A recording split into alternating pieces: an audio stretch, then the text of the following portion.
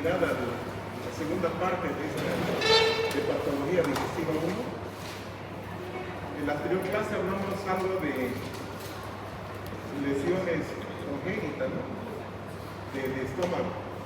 Ahora vamos a continuar con la parte inflamatoria. Bien. Vamos a hablar de gastritis aguda y gastropatía. La inflamación de la mucosa gástrica aparece en muchos trastornos.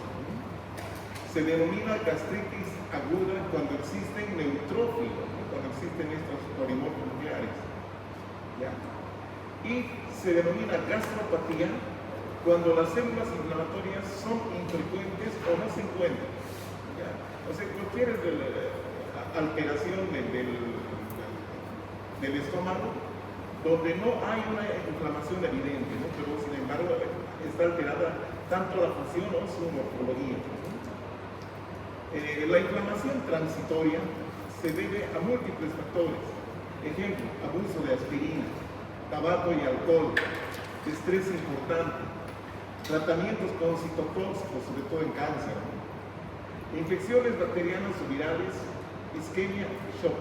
Entonces, esto puede afectar de alguna manera la mucosa gástrica. Doctor, la aspirina bloquea la bomba de protones, ¿no? ¿Perdón? La aspirina bloquea la bomba de protones. No, la aspirina lo que hace, y en realidad los aires, ¿no? También, es bloquear como habíamos hablado, ¿no? La dinámica de los derivados o los metabolitos del ácido araquidónico. La vía ciclooxigenasa es la que bloquea. Por eso es antiinflamatorio la aspirina, ¿no? Porque tú sabes, por la ciclooxigenasa se van a formar las prostaglandinas. Sí, sí. Entonces las prostaglandinas son mediadores químicos de la inflamación. Sí. Y si se bloquea eso, entonces no va a haber inflamación. Por eso es antiinflamatorio.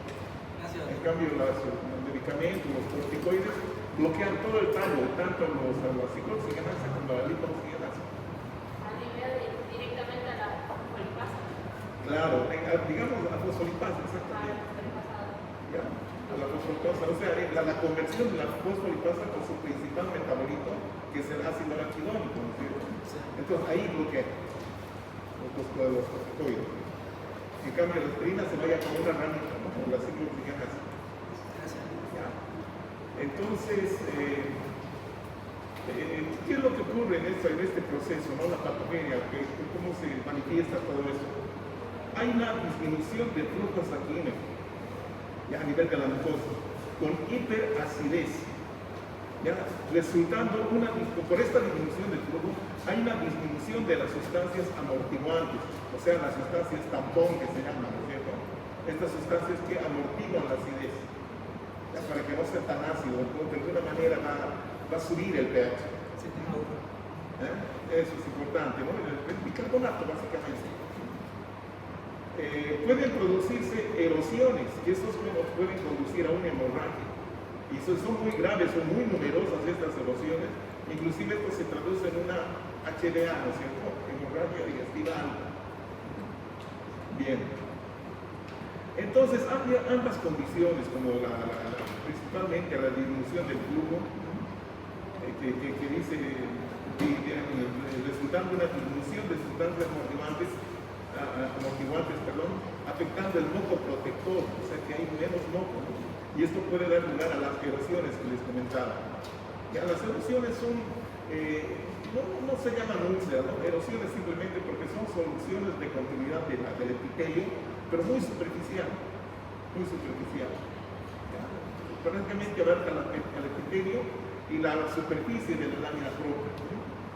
Bueno, ambas condiciones pueden ser asintomáticas o asociarse con dolor epigástrico, aquí a nivel de la parte alta del estómago,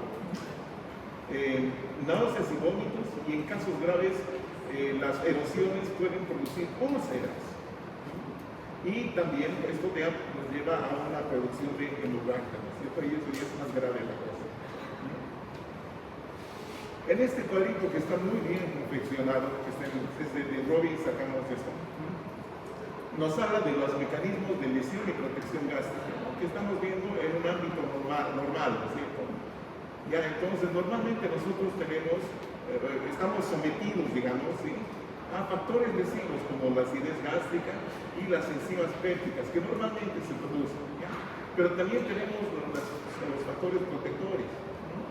Como acá decimos la secreción de moco superficial, secreción de bicarbonato en el moco, ¿sí? Flujo sanguíneo a nivel de la mucosa, ¿sí? La función de la barrera epitelial, ya la capacidad regenerativa epitelial, ¿sí? Elaboración de prostaglandinas, de alguna manera van a favorecer, ¿no? Las prostaglandinas, que son unos derivados de la fibra arquidónica. Ustedes ya saben. Bueno, ¿y qué pasa cuando estamos en un ámbito ya de lesión? Infección por el Helicobacter pylori, consumo de aire, ¿no es cierto? Que son los antiinflamatorios no esteroideos, tabaco, alcohol, ¿sí? Hiperacidez gástrica, reflujo, ¿sí? Gastroduodenal. Bueno, todo eso, ¿sí? Esto va a causar un daño a nivel del epitelio, ¿sí? Cuando hay soluciones de continuidad del epitelio muy superficiales, ¿sí? Entonces ahí se pueden producir las erosiones. Pero comparando con lo que es normal, miren, este es el moco, esta capita de los dedos. Miren cómo está disminuido, ¿ya? Entonces, aquí digamos estamos en un equilibrio, miren, en lo que son los factores lesivos y lo que son los factores protectores. Son más pesados los factores protectores, ¿no? En la balanza se ponen en la balanza. Pero sí que pasa en una condición de lesión, ¿no? Que estamos poniendo acá. Entonces, esta balanza, ¿sí? Se desnivela, ¿ya? Es más pesada, digamos, la parte agresiva que la parte defensiva. Entonces, ahí se va a producir la lesión. Y aquí se establece lo que se llama la úlcera, ¿no es cierto? Y miren, esta es la úlcera, que es una pérdida bastante importante de sustancia, donde inclusive esta úlcera está sobrepasando la muscular de la mucosa y está afectando la mucosa. ¿Sí? Muscular de la mucosa y esta es la submucosa. Entonces acá se ve una inflamación activa, intentos reparativos como fibrosis tratando de focalizar esta zona. Pero aquí ya se estableció la úlcera.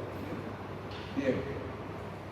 Entonces vamos a ver ahora las enfermedades de la mucosa gástrica relacionadas con el estrés. Esto pueden aparecer en pacientes con traumatismos graves, quemaduras extensas, enfermedad intracraneal. ¿A qué se refiere enfermedad intracraneal?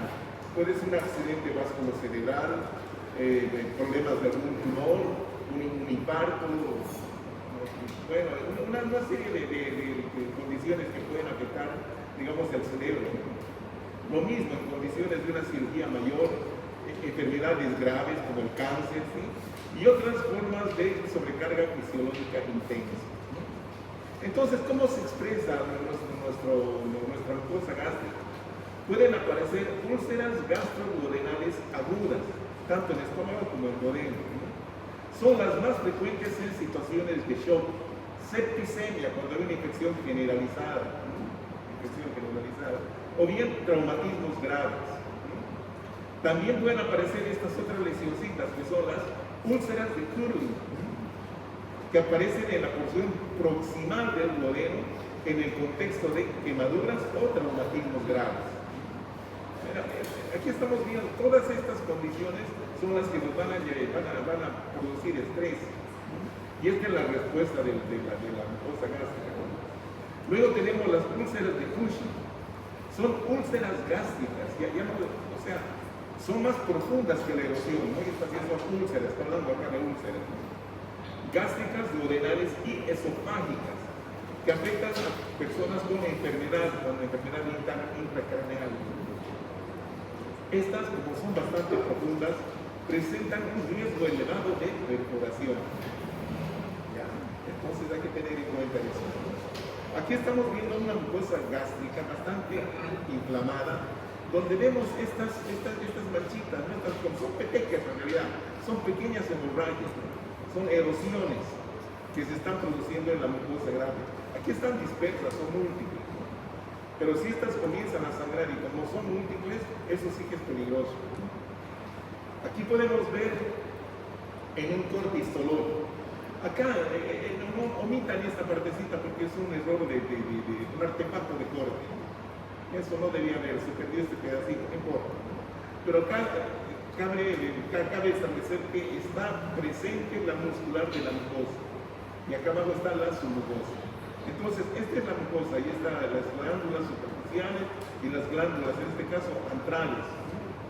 Hay una reacción bastante importante porque miren, el MAB está activo, el tejido linfoide asociado a la mucosa, ahí está, bastante activo. Y aquí se ven estas soluciones, que son relativamente superficiales, pero acá ya no tanto, ¿no? Entonces aquí hay sangrado, miren, y se está formando un exudado hemorrágico acá, ya con porciones inclusive de mucosa, erosiones. Bueno, ahora vamos a hablar de la gastritis crónica y sus complicaciones. Estamos dejando de lado ya la aguda, ahora nos vamos a la crónica. Gastritis crónica y sus complicaciones. La causa más común de gastritis crónica es la infección por el bacilo Helicobacter pylori. Y este bacilito realmente vamos a manejar en toda la clase, está presente en todo. Entonces, en este contexto vamos a ver que hay varias situaciones, como esta, por ejemplo, la gastritis autoinmune. Es la gastritis crónica autoinmunitaria, como quiera llamarlo. Típicamente asociada con la atrofia gástrica, o sea que hay atrofia de las glándulas gástricas. Es la causa más común en infecciones pacientes sin infección por el Helicobacter pylori. Cuando no hay este problema del Helicobacter, entonces la causa más común sería una gastritis autoinmunitaria. O sea, nuestro sistema está reaccionando contra los componentes de la mucosa gástrica. Vamos a volver sobre esto. Uso crónico de los AINES.